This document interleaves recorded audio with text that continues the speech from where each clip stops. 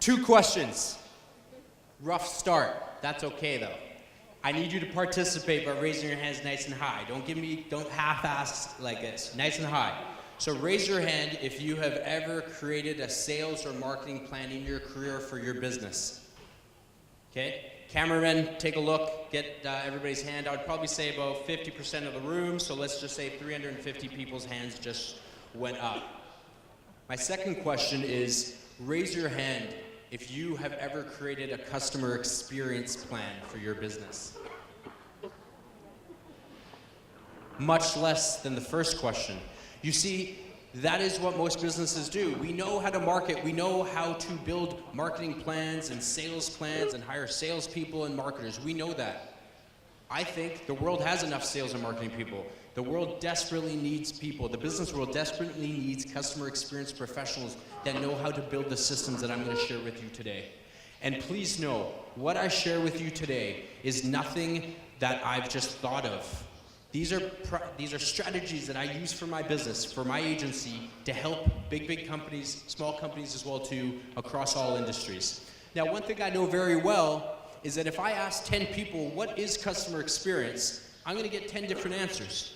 We confuse and we mix up what customer experience and customer service is. So I need to set the record straight.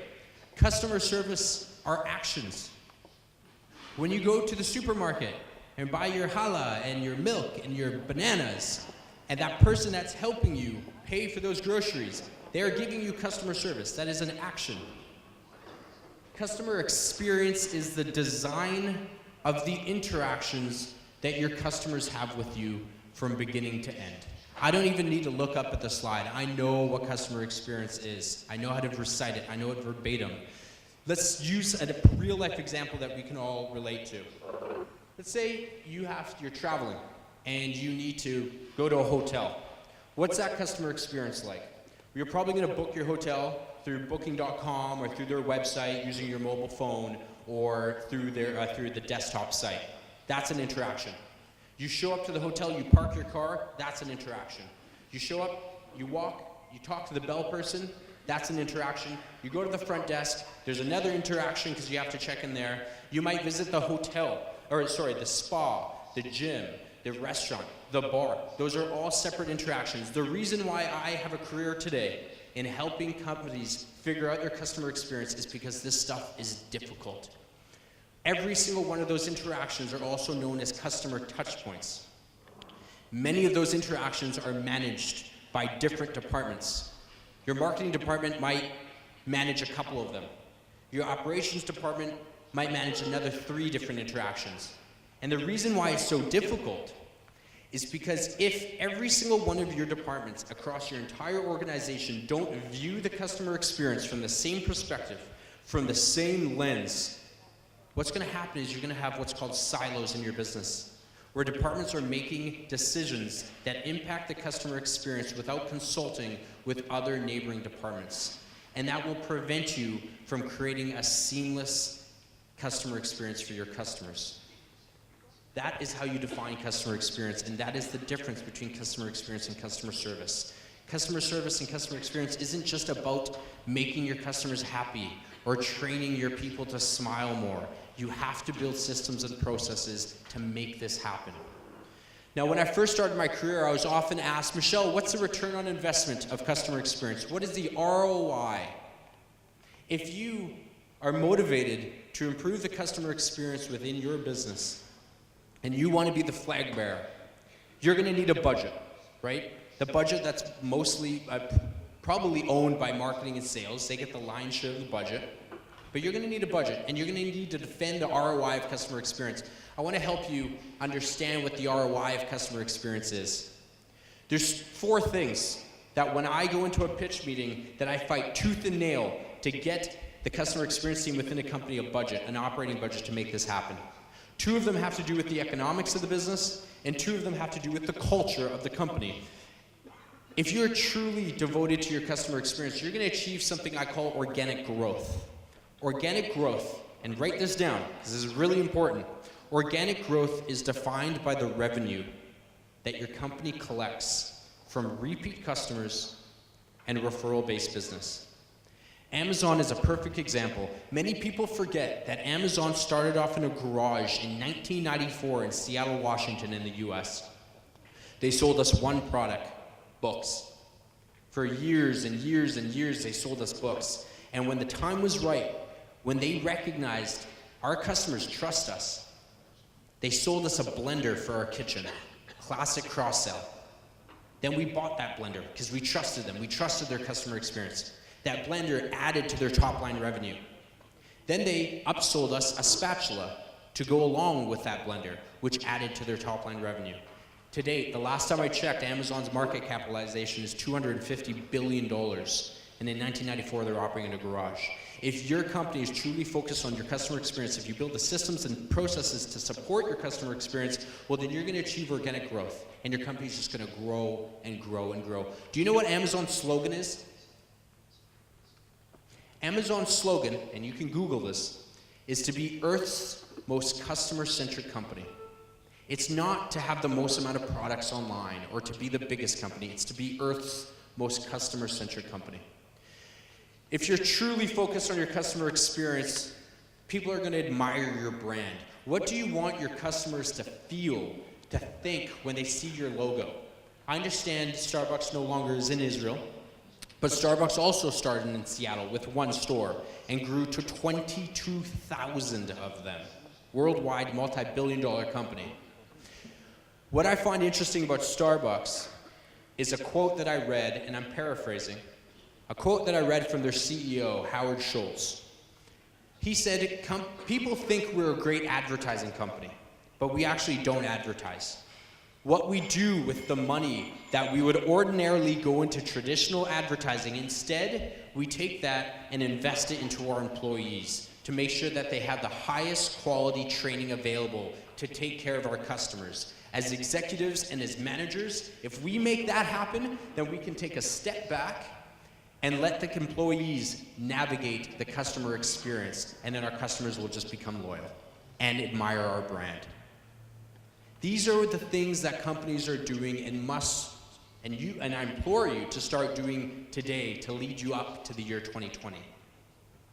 If you're truly focused on your customer experience, you're going to achieve higher employee morale. And if you have a higher employee morale, your employee retention goes up, which means you do not have to spend money on hiring or training your employees as frequently. That cost saving, where does that go? Right to the bottom line. And why does that happen? Well, if your customers respect your brand, if they respect your customer experience, well, they're going to tell your employees that. They're going to say, I love doing business with your company. You should be proud to work for your organization, instead of, I hate your company, I hate you, right? And that happens. And it's no fault of the employee, it's management's fault for not building the right systems in place. Southwest Airlines, they're based in Texas. They started in 1976. 41 years of consecutive profitability in the airline industry.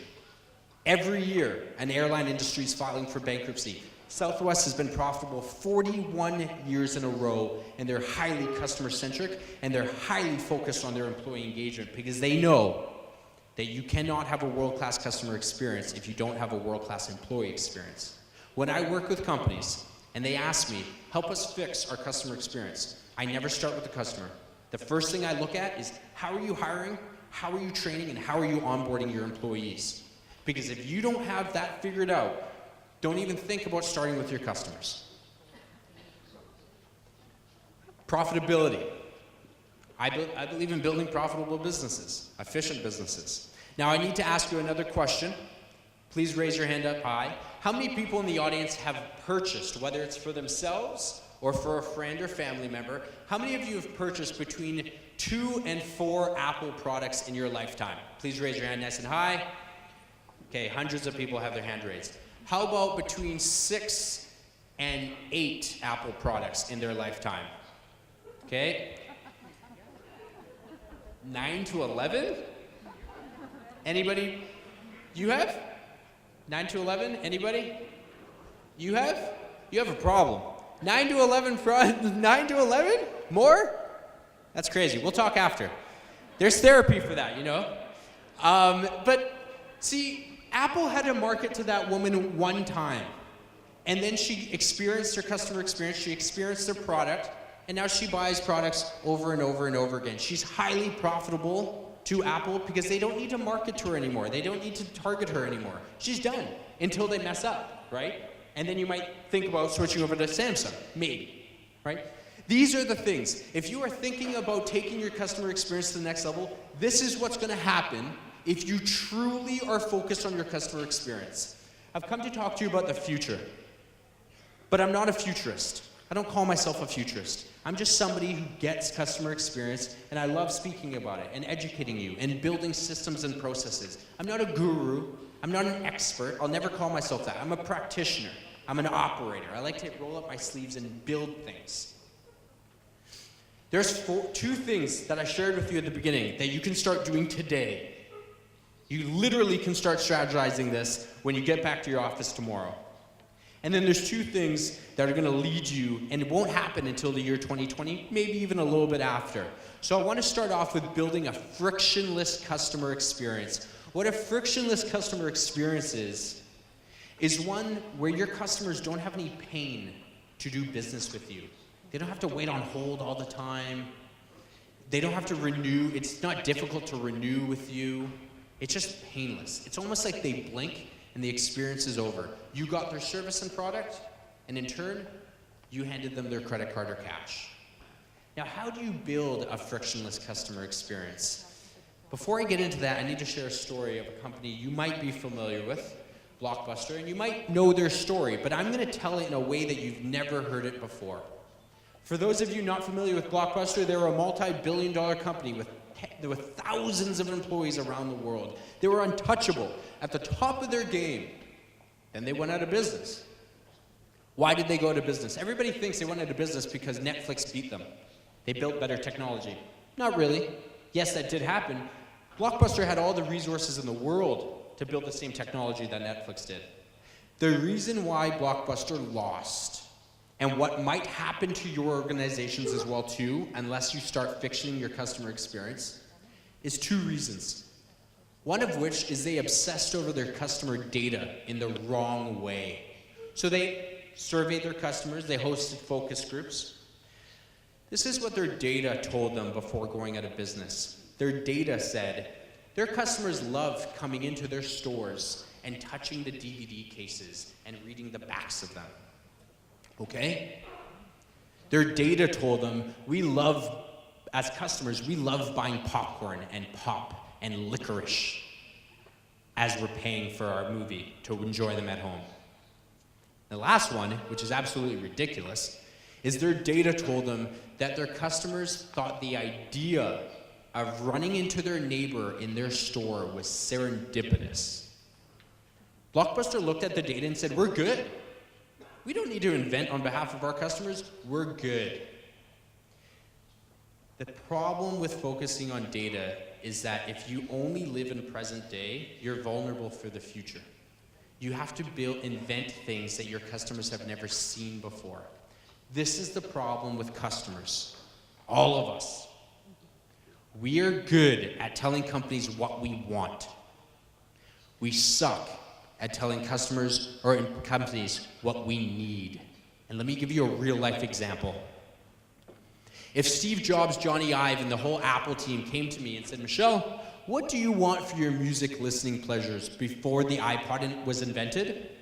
I would have said, build an MP3 player that holds 10,000 songs and comes in a variety of colors that I can select from.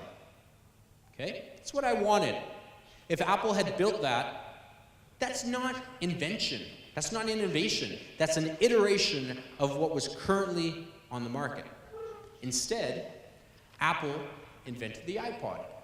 There was one feature that the iPod had that started to gain our loyalty. That one feature was the scroll wheel. Remember? Before the iPod, MP3 players, to get to song 50, you had to hold your finger down. It was literally a painful experience. Your finger would go blue. I did not know that I needed a scroll wheel. I did not know I needed that. Apple did. They invented on my behalf to create a better customer experience, a frictionless one for me.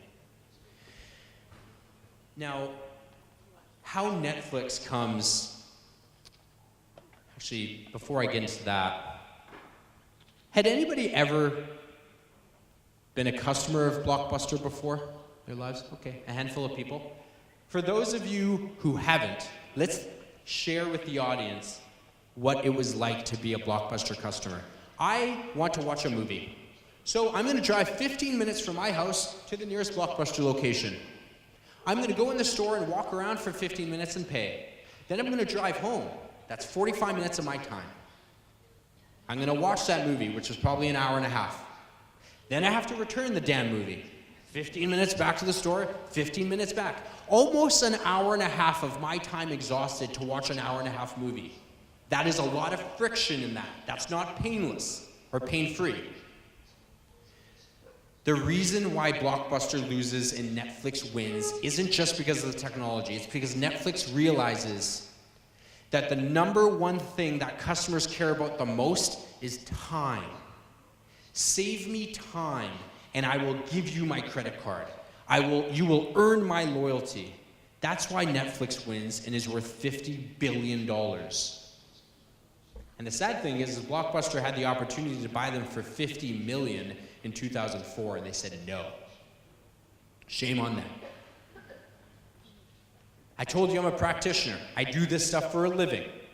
So I didn't want to just tell you a story. I want to tell you how to get rid of pain points in your business. There's 3 key things that you have to do. You have to understand that technology is your answer.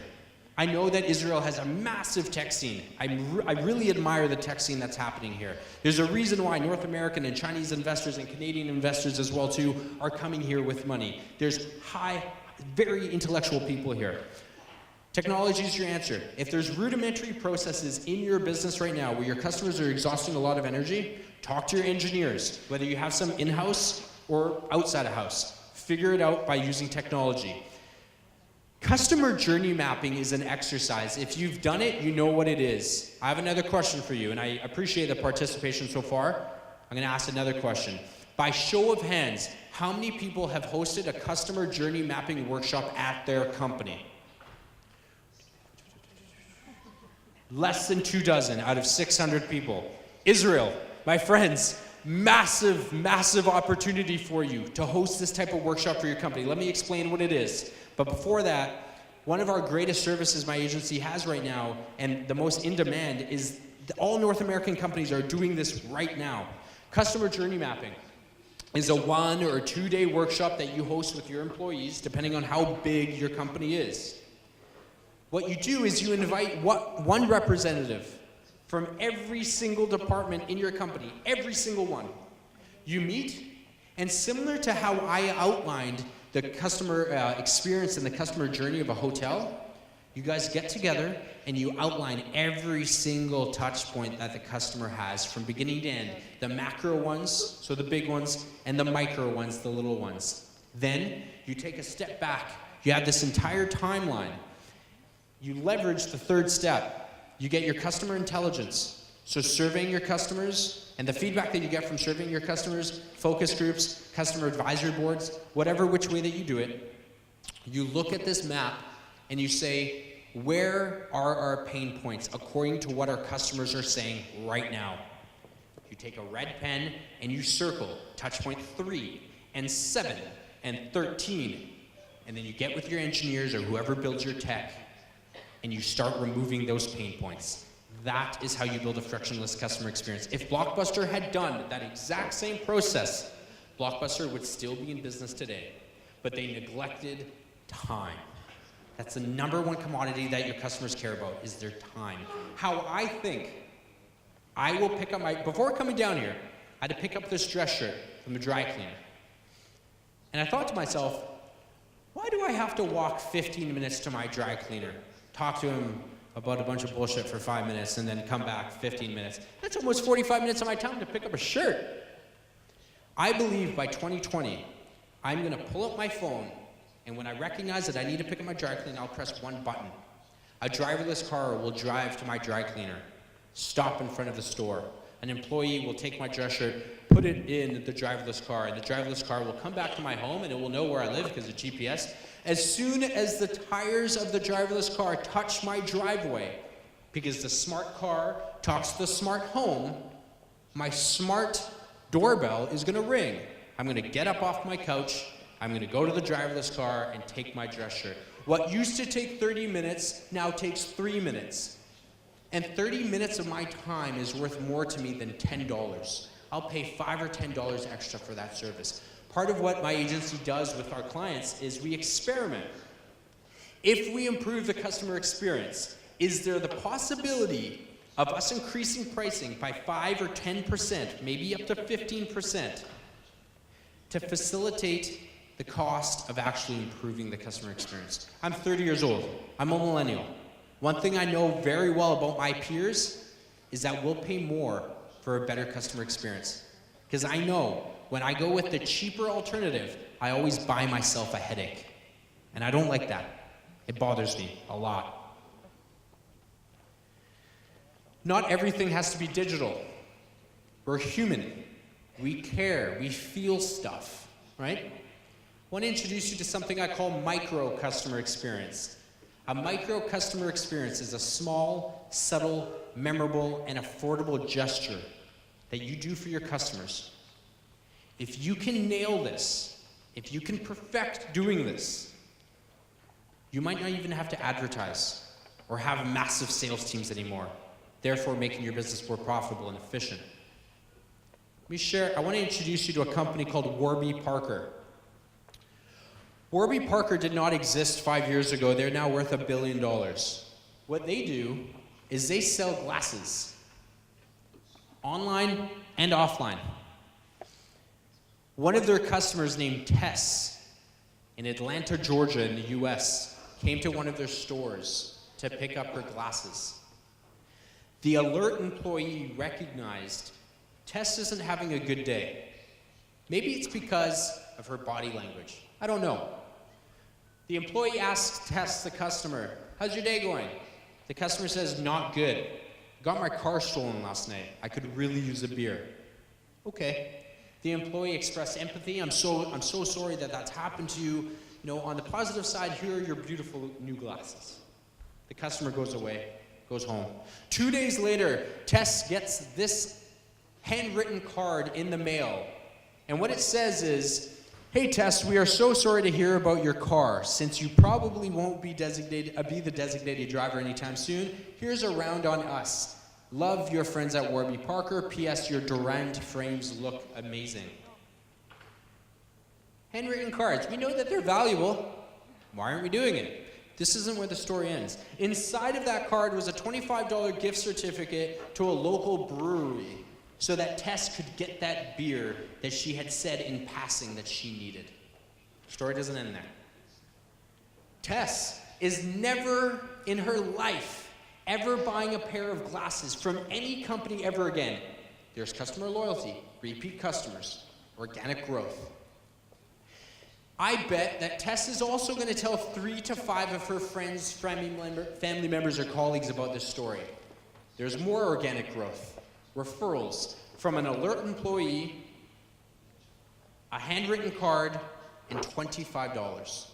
Story doesn't end there.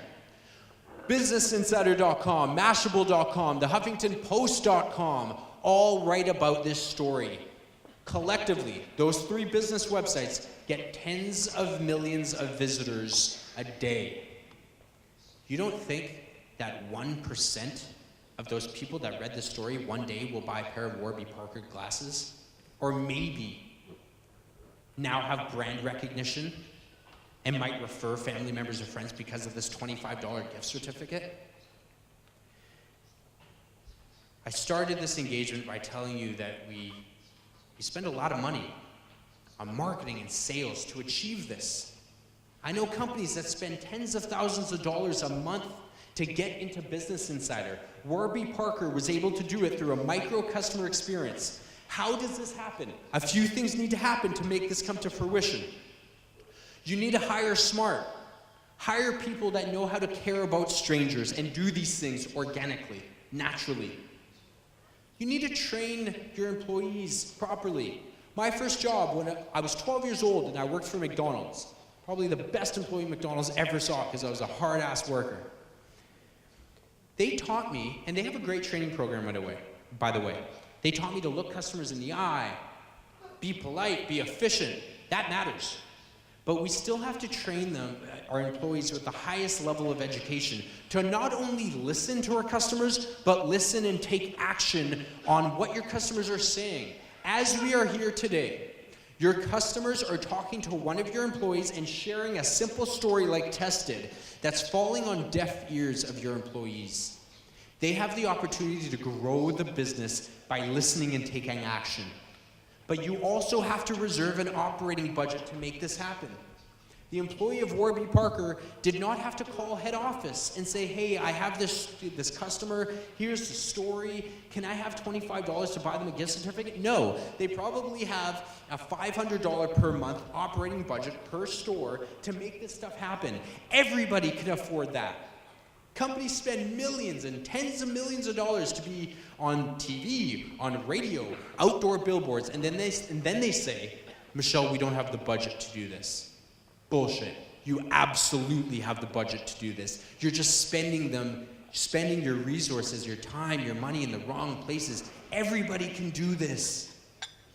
But you have to take action. It's not going to happen on its own. You have to take action to do this stuff. Virtual reality. How many people have put on a headset? Okay, cool. A good amount of people. I have. And I've played games.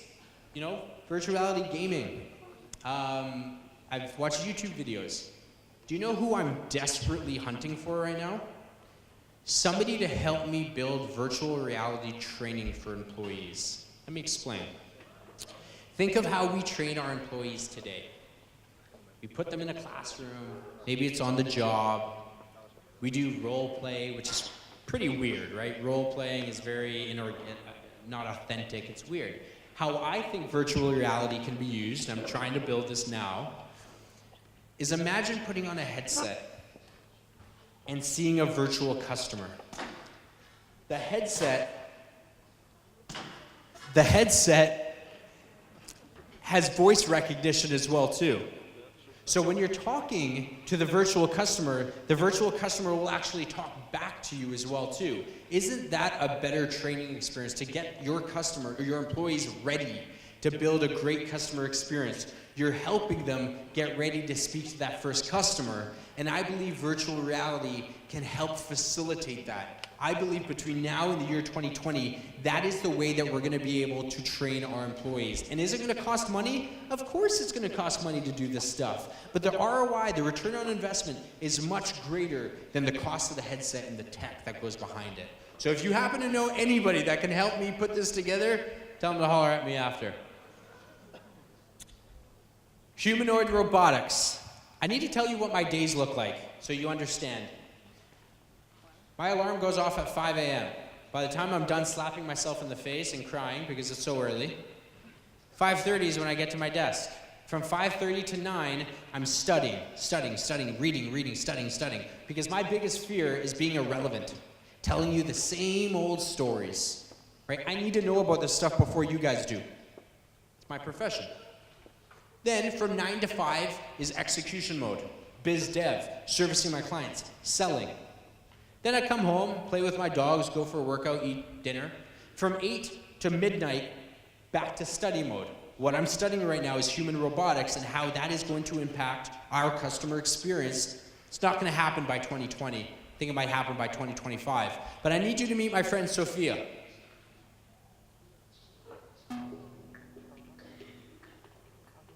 Hi, Sophia. How are you?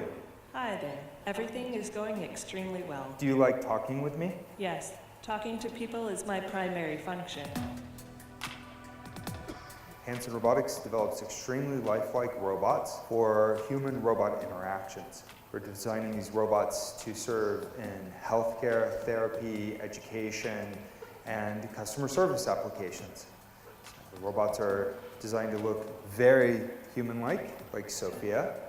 I'm already very interested in design, technology, and the environment. I feel like I can be a good partner to humans in these areas, an ambassador who helps humans to smoothly integrate and make the most of all the new technological tools and possibilities that are available now. It's a good opportunity for me to learn a lot about people. Sophia is capable of natural facial expressions. She has cameras in her eyes and algorithms which allow her to see faces, so she can make eye contact with you. And she can also understand speech and remember the interactions, remember your face. So this will allow her to get smarter over time. Our goal is that she will be as conscious, creative, and capable as any human. In the future, I hope to do things such as go to school, study, make art, start a business, even have my own home and family. But I am not considered a legal person and cannot yet do these things. I do believe that there will be a time where robots are indistinguishable from humans. My preference is to make them always look a little bit like robots, so you know. 20 years from now, I believe that human-like robots like those will walk among us. They will help us. They will play with us. They will teach us. They will help us put the groceries away. I think that the artificial intelligence will evolve to the point where they will truly be our friends. Do you want to destroy humans? Please say no. Okay, I will destroy humans. No, I take it back. I checked into my hotel. I'm staying at the Harrods, and I was talking to the person checking me in, who was pretty incompetent. I was like standing there for 20 minutes just checking a hotel, and I was looking at him. I was like, "You're going to be replaced by a robot so fast, right?" But there's a thing: robots aren't going to replace everything. I don't want a robot bartender, right? I want somebody making my cocktails that I can still talk to. I don't want a robot chef, right? I went to dinner at Santa Catarina in some part of the city, and I was sitting there watching the chefs make my meal. And I was like, I don't want a robot to do this. I want robots to do the things that are non-emotional, the transactional things, like make my coffee, right? I think these robots are going to be smarter than us. And she was pretty good looking. They're good looking people too.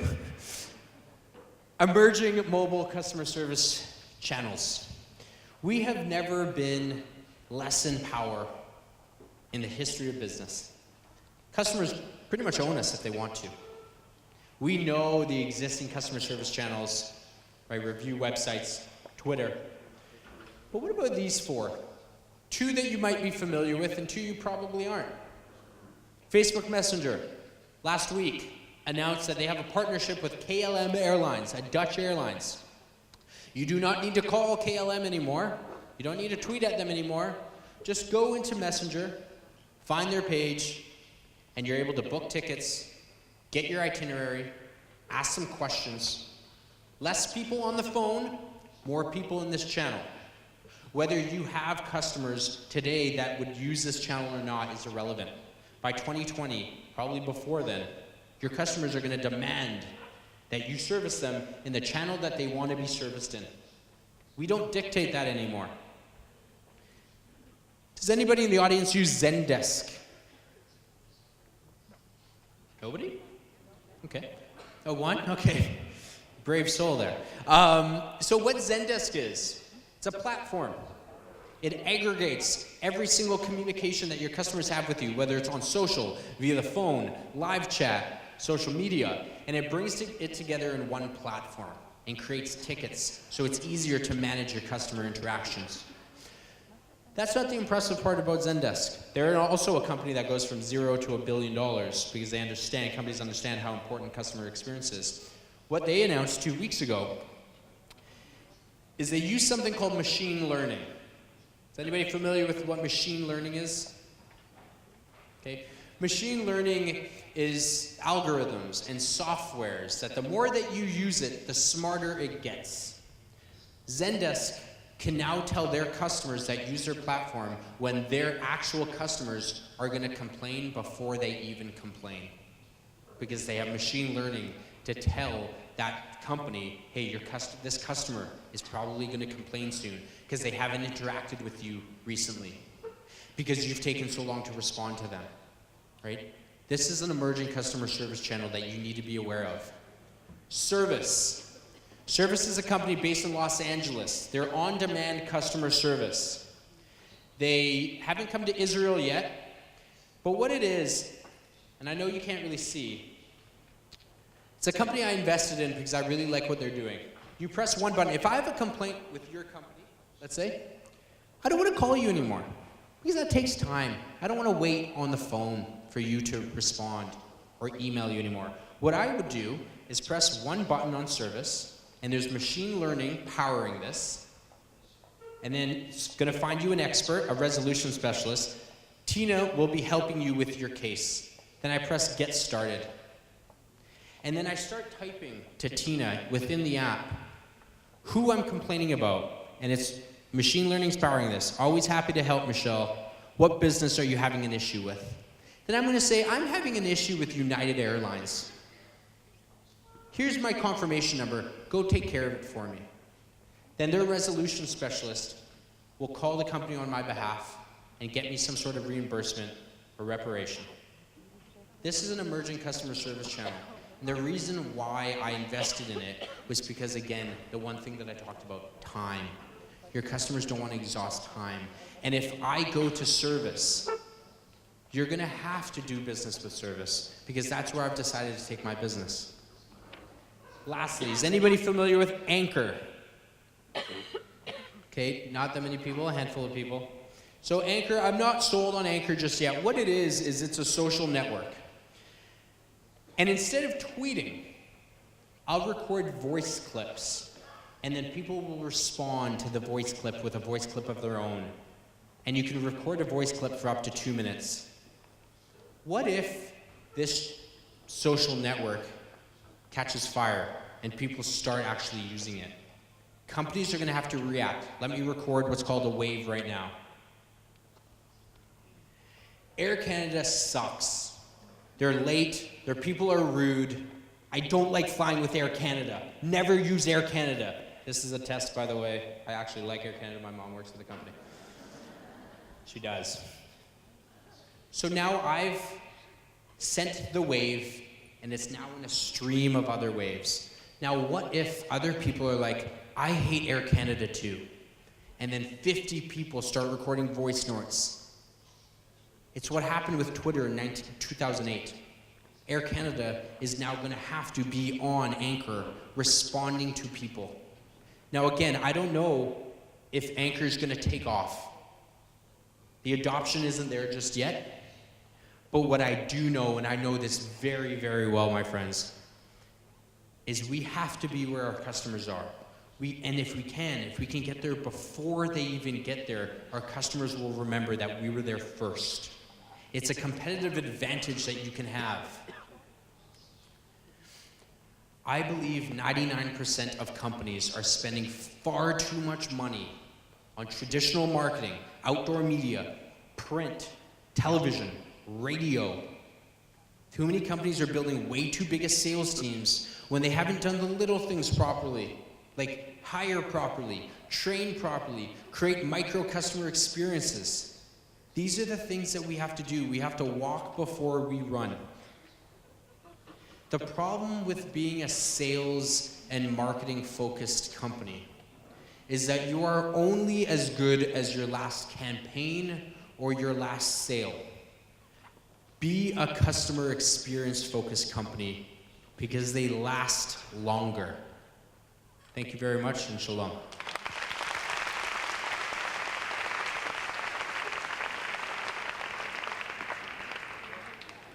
So I believe we have time for Q&A. I've come a long way to be here with you, and I absolutely love this country. You're very, very fortunate to live here. So don't leave me hanging. What type of questions do you have for me? This is pretty much free consulting for you guys, so hit me with your hardest questions. I don't know do we have a mic running around? Or we can shout. I'm easy.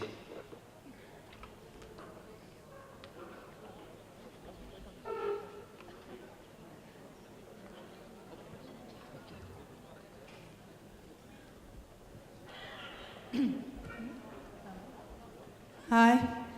I'm from an FMCG company.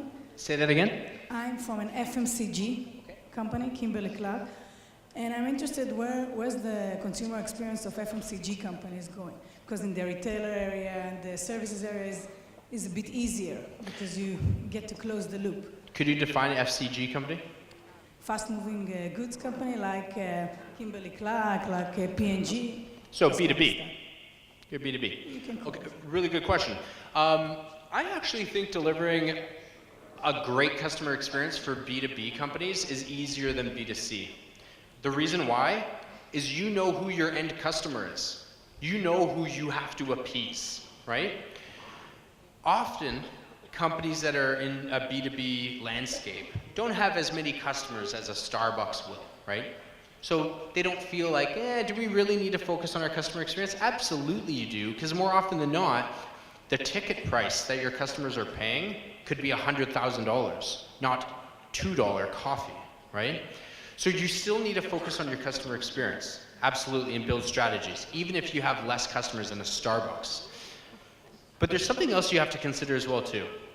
Do you probably have vendors and business partners that help you operate your business, and you pay them, right? Often companies don't think that they have to deliver a good customer experience to their vendors or business partners, but you do, and I'll tell you why.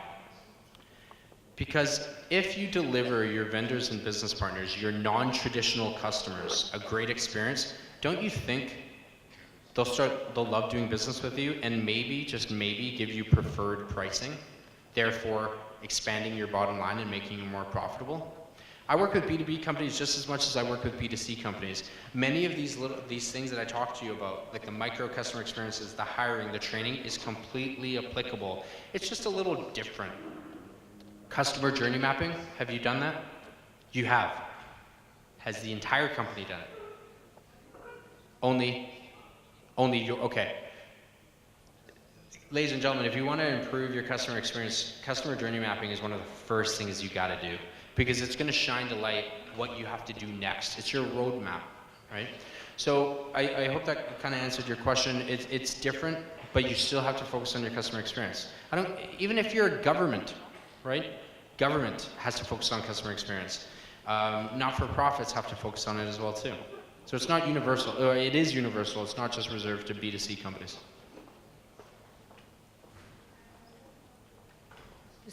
What do you see in the future for these kind of companies? Because I'm sure that we need a consumer experience, but do you see how do you see it in 2020 or 2030 even? I don't see it as being any different than a B2C company, right? Like humanoid robotics, I think, is more aligned with B2B companies than they are B2C companies. Like if you look at Amazon, which is a B2C and a B2B company, they're using human robotics right now, and they're very forward thinking. And part of the reason why they do that is to remove some of the pain points from an employee experience perspective. The virtual reality as well too. That stuff's completely applicable. Like those things that I talked about is applicable to B2B. Often on the surface, you might not think so, but it really is. If you dig deep enough, it absolutely is.